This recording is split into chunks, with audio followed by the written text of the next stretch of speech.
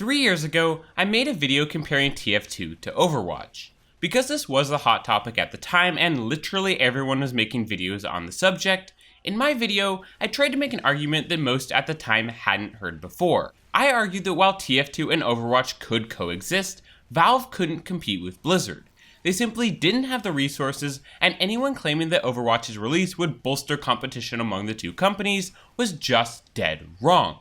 While I thought this argument would resonate well among my smaller subscriber base, to my surprise the video went viral, and almost 400,000 views later, it became pretty clear to me that my arguments didn't fare too well under increased scrutiny. For a multitude of different reasons, people flat out disagreed with my argument, causing the video to rack up almost 3,500 dislikes. Now, although the video wasn't received too well, I don't necessarily regret what I said in the video. I think it is a fair evaluation of Valve, and it has actually held up pretty well over time. But when I first released that video, many didn't see it that way. In fact, it seemed like almost every single person in the comment section had a different theory as to why Valve acted in the way that it did. One person might claim that TF2 is 10 years old and that Valve doesn't care about old games. Another might say that Valve has a huge TF2 update in the works that they just haven't released yet. Yet another might say that Valve doesn't focus on TF2 because CSGO makes so much more money, or because everyone at Valve has dropped everything to work on VR. Whatever the theory was, however, if it didn't align with my interpretation of Valve, people ended up being quick to slam the dislike button, and the video suffered as a consequence. Of course though, as I'm sure many of you guys are aware, there is a simple reason for why nobody back then could agree about what was going on at Valve, and why nobody to this day can agree about what is going on at Valve. It is because Valve, and more specifically the TF2 team, does not communicate. I know, what an intelligent observation in the year 2019. But I mean, it is the truth. Ever since TF2 was released, it's been no secret that Valve has been absolutely atrocious at communicating with the community, giving us radio silence almost 24/7, 365 days a year. Obviously, this causes problems. Within the community, it causes a sense of distrust, confusion, frustration, hopelessness, basically all of the above. And eventually, this combination of emotions and lack of real concrete information causes speculation to break down on a very fundamental level. People latch onto the few pieces of information they have, and because they have nothing else to go off of, are forced to extrapolate huge unrealistic conclusions about Valve and the TF2 team, all of which are completely different, at odds with each other, and are probably incorrect on the whole. This is what I saw in the comment section of my Overwatch video, and I see all too often on Reddit, Twitter, or on other YouTube videos. Now, just like everyone else, I have my own theory of Valve. And I don't claim that this theory is necessarily correct in every way, but I like to think that it explains a good bit more about the way the TF2 team works than most theories do. My theory is this. We all know Valve isn't a normal company. Unlike Blizzard or any big game studio, Valve doesn't have a corporate hierarchy and essentially lets its employees work on whatever they want, whether that be TF2, Steam, or a more glamorous project like VR. While I don't personally believe a company with this kind of structure should be working on a game as big as TF2, it doesn't appear that Valve has any intentions of doing anything different, so we just gotta suck it up and deal with it. Now, this might seem kinda crazy, but with this in mind, I think a good way to think of the TF2 team is like an umbrella company of YouTubers.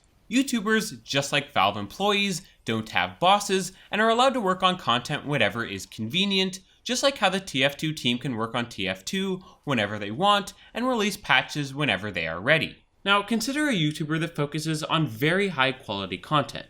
Creators like Uncle Dane, Lazy Purple, and to an extent, myself, come to mind. Because each of these content creators focus their efforts on making such incredibly well scripted, edited, and produced content, without a boss coming down on them to keep up the pace, it is really easy for them to get distracted or burnt out, leading to videos that take months on end to put together. With this insight, I think it starts to make a lot more sense why the TF2 team has such poor communication. When the development team is tiny, the code is spaghetti, and, just like a YouTuber, each person can get easily burnt out or distracted by other cooler projects, progress is understandably slow. And when progress is slow, Valve starts to see communication as a liability. After all, if Valve says they are working on a cool new feature, that, due to the small independent nature of the TF2 team, ends up being not feasible to complete in a reasonable amount of time, Valve doesn't want to be held accountable to finish that feature. They want to be able to change their minds, take a break from that idea, and start working on another project that may well see the light of day. Now, at this point, I think it is important to point out that this communication philosophy isn't new. All the way back in 2014, Valve's Robin Walker gave a speech on communication where he essentially gave the same argument, claiming that the primary reason Valve doesn't communicate is because it allows them to change their minds during development so they can add what they believe is best for their players, not what they feel they are forced to add.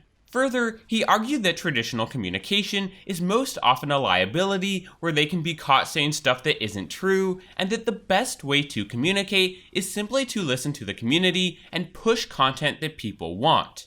Now, as a creator myself, I do understand how communication can be a liability. If I say on Twitter that a new video is coming next week, I feel like I owe my subscribers to get the video done by the end of the week. But in trying to make that video as good as I can make it while trying to preserve my sanity, it is almost inevitable that the video will get rewritten, delayed, or even scrapped altogether.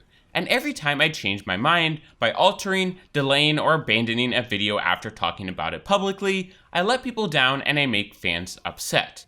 That being said, I can't say I agree with the rest of what Robin Walker said. While I may not be in love with the philosophy of implementing features without communicating, I will admit it can work, but only when Valve is actively updating the game. At and before 2014, when Robin Walker gave his speech, TF2 was arguably in its heyday. The TF2 team was much larger and more impassioned than it was now, and it showed the quality of updates like the Man vs. Machine update and the Love and War update. In 2019, however, regardless of what the actual member count is and whether it is fluctuating or not, it has become pretty clear to me that the TF2 team is on life support compared to what it used to be. The team is simply smaller and less passionate, and due to the problems associated with getting stuff done in Valve's unique ecosystem, content cannot be pushed like it once could. Thus, with no communication and no updates in sight, I think it is safe to say that Valve's communication philosophy no longer works in 2019, and as a result, we are stuck in a state of limbo where we get absolutely no communication whatsoever. Now, assuming Valve knows how negatively this impacts the game, why haven't they changed their ways? Well, off the top of my head, I think that this is because it is hard to change the culture at Valve. Some of these team members have been at Valve for so long that they have just gotten used to never communicating, and making a change would amount to reverting a habit that they've built up for many, many years. I also think it's a possibility that nobody at Valve feels that they know the game well enough to go on the record and talk about it publicly, simply because they no longer work on the game to the extent that they once did. But I also think that there is another, potentially more fundamental issue at play. While this can't be confirmed in any meaningful way, I believe the TF2 team still doesn't communicate because they have an incomplete perception of what communication actually is. I believe that when the team thinks of communication, they automatically assume it will involve telling us what is coming next. They think it means announcing that the next update will be jungle themed, or that a competitive mode is in the works. And Valve, more than anyone else, knows that this type of communication leads to terrible consequences for everyone involved. Once something is made public, employees at Valve will feel forced to deliver it, even if it isn't working out, and fans will feel let down and angry when Valve can't deliver on their promises. For similar reasons, as much as I appreciate what Valve News Network does for the community, I'm sure the TF2 team isn't too pleased that Tyler told us July for an update time. Due to how Valve works, even if this is a real target, the team probably won't be able to hit the deadline, and we are all going to be upset. Thus, this point of view makes it very easy for the TF2 team to imagine communication going poorly, making them conclude that they have no choice but to restrict all communication indefinitely.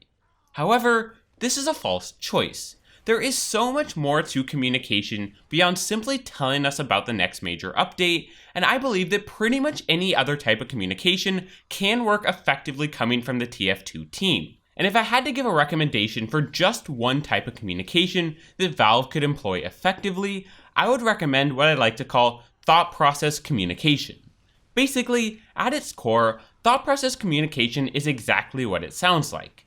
It is simply communication that would make Valve's inner thought processes public, letting us know why TF2 is designed the way that it is, and how TF2 might be designed in the future. The best part about this for Valve is that this communication should never be a liability. After all, as long as they talk about stuff that happened in the past, they will never be explicitly promising us anything, so they can change their mind during development as much as they like. While this could seem underwhelming for some, trust me when I say that this isn't useless information at all. As it turns out, there are hundreds, if not thousands of little design decisions that we simply have no idea why Valve chose to make. For example, why hasn't the key to refined ratio ever been addressed? Why did TF2 switch to CSGO-like cases over our existing crate system? Why does the short circuit have a freaking energy ball now? The questions go on, and as of right now, Valve doesn't even attempt to offer an answer. Further, this type of communication, while potentially onerous at times, should seem appealing to members of such a fluid team like the TF2 team. After all, if coding TF2 is a stressful task, instead of taking a break from the game for a couple of weeks, which is what I presume team members actually do, they could instead get on social media and still contribute to the game by answering a few of our questions. For example, what do you think makes the game so fun for so many players? How did the art style influence map design? Who had the idea to add a virtual freaking economy, a hat simulator, to a first-person shooter game? Questions like these might not answer the hot topic at the moment, but in addition to being awesome sources of Valve trivia, these answers would be invaluable in learning about the way the developers think, laying the groundwork for meaningful speculation in the future. No longer would everyone have a completely different view of Valve and the TF2 team. Instead, we would simply understand how the team works a little bit better than before. Additionally, these answers would help calm the community at large at a time when many are restless and disillusioned. Because honestly, in lieu of another major update, I think all fans really want to know is that, with absolute certainty, there are people at Valve that care about TF2. Further, in giving us answers, Valve might also be able to understand itself better. TF2 is a game full of inconsistencies and contradictions, and more thoughtful communication might allow Valve to develop a more coherent game vision. Or, maybe more importantly, Valve would be able to take a look back and truly be critical of itself.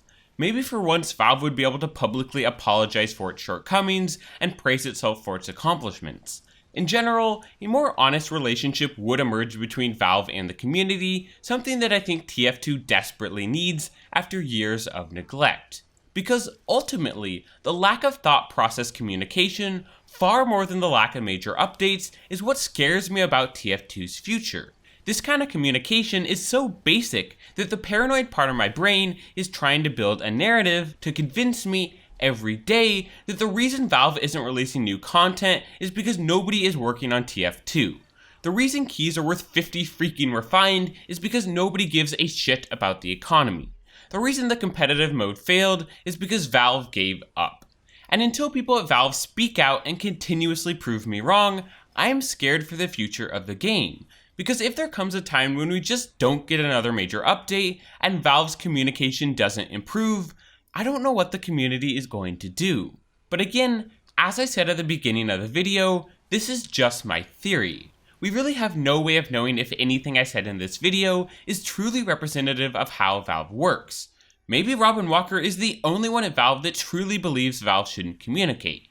Or maybe, after 5 years, Valve is ready to change their ways. But the bottom line here is that since that one Dev Days video is literally the only concrete source I can find on the internet that explains why Valve wouldn't do something so simple as communicating, I gotta use it, whether it is right in 2019 or not. And you can see how that is the fundamental problem. Thanks for watching.